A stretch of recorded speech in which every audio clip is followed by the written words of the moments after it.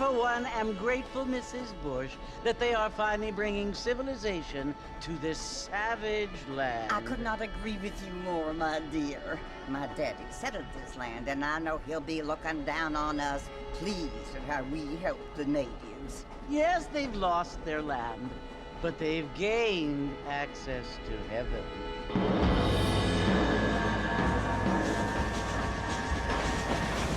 But Father, do you mean unless an innocent receives communion, they're destined to go to hell? It hardly seems fair.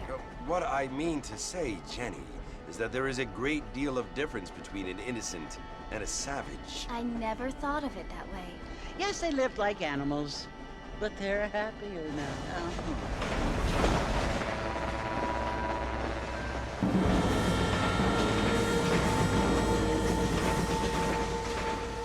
Not only do people now have motor cars, Father, but I heard that pretty soon we will be able to fly. No, only angels can fly, Jenny. No, apparently people can fly. Didn't you hear? Out in Kansas, a man even got a car to fly. I hardly think so, Jenny.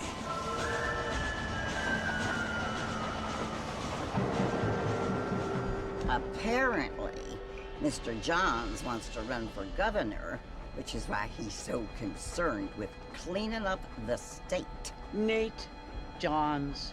Yes. His family is nothing but hillbilly trash that came here after the war. I don't want to be judgmental, but this state should not be ruled by such a disgusting family. A family without class. Apparently. The Johns family have made a lot of money, and he has a lot of friends in politics. Mrs. Bush, money isn't everything. There are many things that money cannot buy. It seems that money can buy voters, though.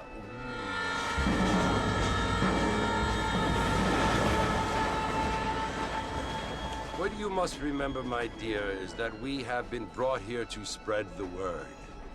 And the word and civilization, they are the same thing. They are the gifts. It is the opportunity we have, the chance to live among people who are decent and who do not kill each other. And who let you worship in peace. It's so confusing, Father. Sometimes I find it impossible to make the distinction between a loving act and a hateful one. I mean, they often seem to be the same thing. Yes, Jenny, it is confusing. But you only have to ask me if you need help. Indeed. Well, here we are, Mrs. Bush. Armadillo.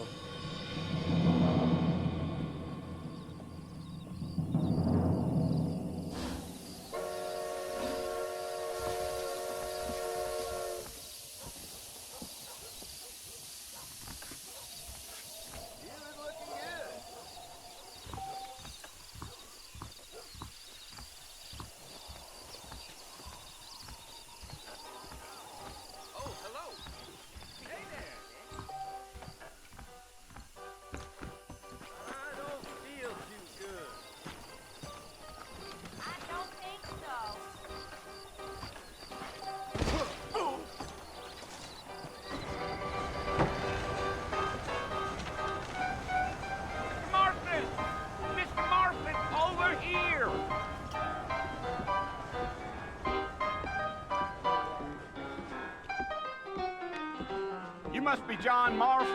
Sometimes. I'm Jake. Your friends from Blackwater hired me to guide you. They ain't my friends. I'm pleased to meet you, Jake. I got the horses saddled up and ready out front.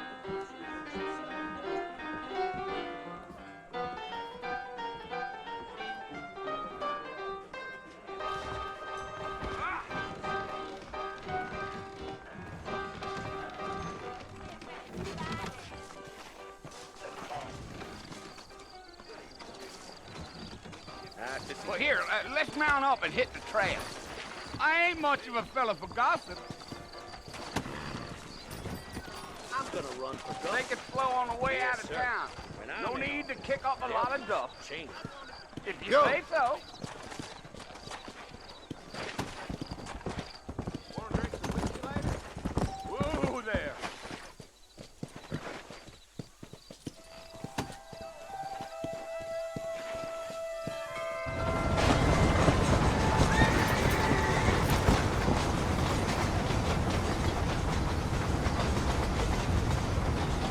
Fort Mercer you want to visit? That's right. Ain't taking nobody up to the fort in a long time. Strange place for a decent fella to want to visit, if you don't mind me saying. Who said I was a decent fella? It's been abandoned for years now.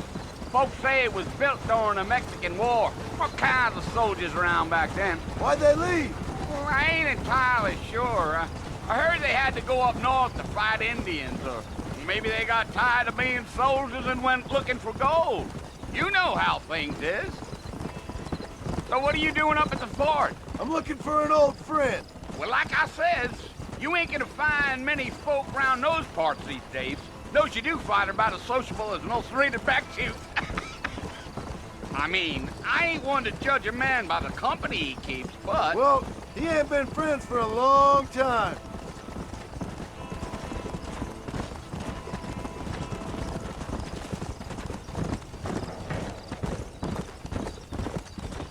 Are you planning on spending any time in Armadillo, Mr. Marston? I doubt it.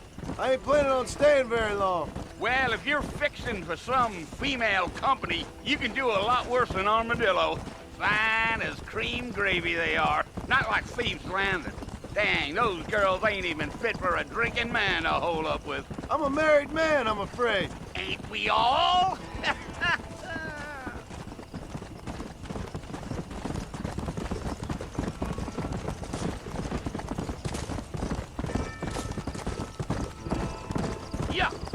Yeah.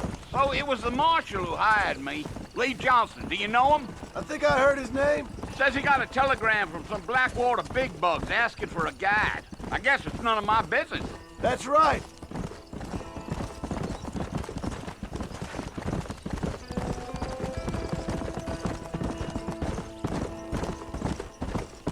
You ain't very talkative, are you? Nope. I'm just chewing the dog, mister. It's how I am. I don't mean nothing by it. Trust me. There's things you better off not knowing. I'll tell you, Mr. Marston, those coyotes eat better than I do. Almost there, Mr. Marston, just over this hill.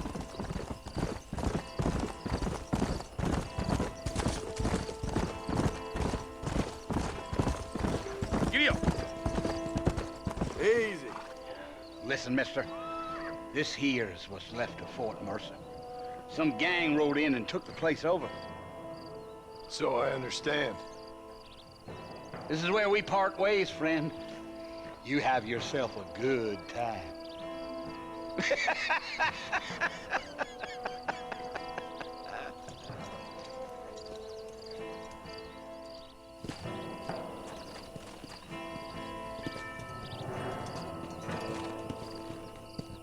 Come on.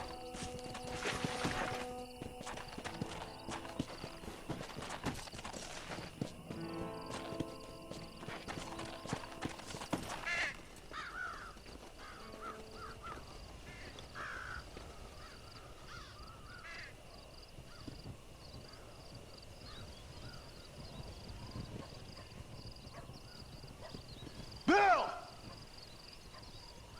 Bill, I've come for you!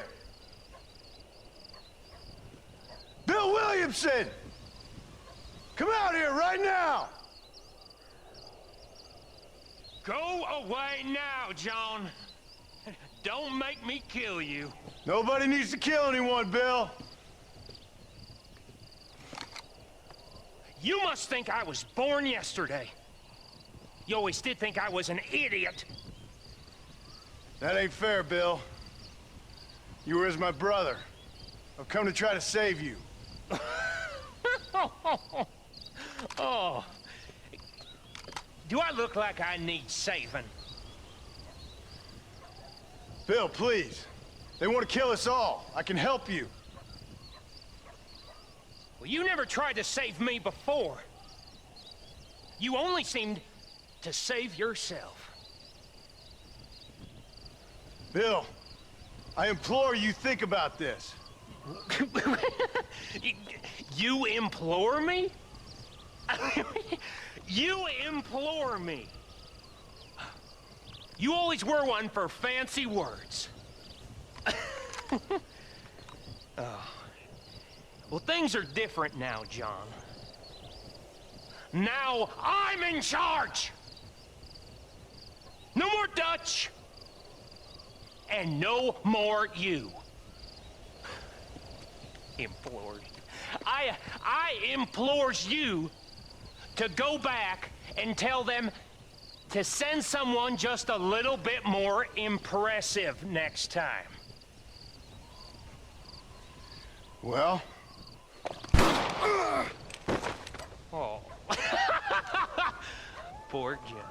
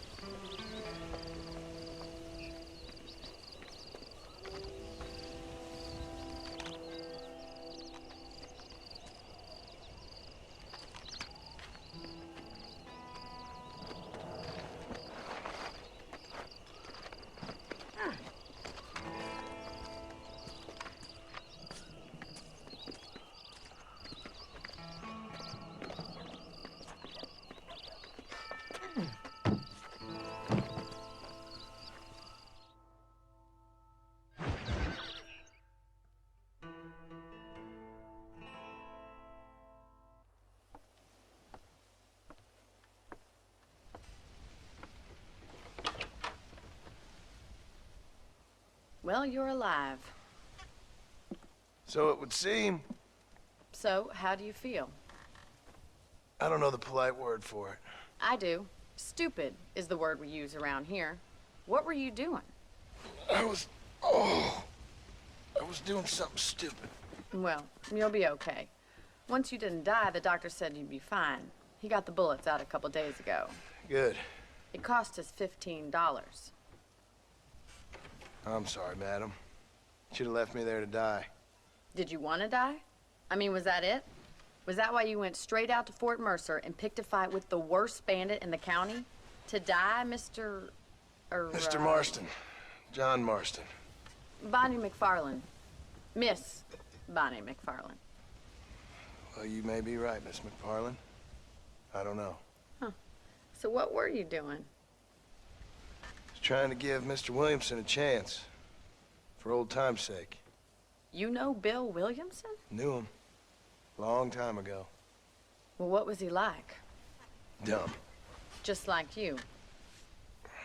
Thank you, miss. See my hat? I have.